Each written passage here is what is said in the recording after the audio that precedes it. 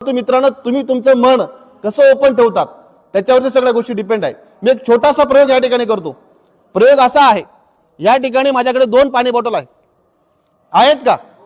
या पाणी बॉटल आपण बघत आहोत।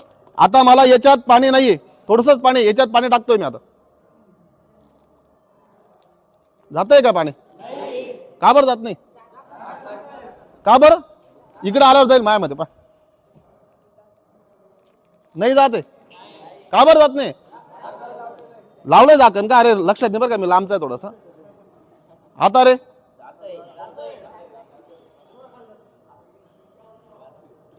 गेलं का झाकण? आता ही रिकामी झाली, ही भरली का? आता काय झालं माहिती का मित्रांनो, इथं बसले अनेक लोक आहे। सगळ्यांनी, बऱ्याच लोकांनी या ठिकाणी आपले विचार मांडले, पण अनेक लोकांनी काय केलं माहिती का, झाकण बंद ठेवलं होतं। ज्यांनी बंद ठेवलं ना त्यांचं पाणी खाली निघून गेलं। असं जे विचार आहे ना, ऑटोमॅटिक मॅडम बोलता बोलता बोलून गेला काय की किती लोकांना कळालं म्हणे, किती लोकांना नाही कळालं। ज्यांना नाही कळालं ते या प्रकारचे होते, आणि ज्यांनी आपले झाकण उघडे असेल डोक्याचे त्यांना याचं महत्व कळेल। कारण मित्रांनो, आपलं आयुष्य एकदाच मिळालेलं आहे। अनेक मित्र परिवार आमच्या जीवनात आम्ही बघितले आहे। छोट्या छोट्या गोष्टीपासून ते काय होतात, स्वतःला त्रास करतात, किंवा अनेक लोकांना संधीच मिळत नाही व्यवस्थित काही करायची, ते खचून जातात।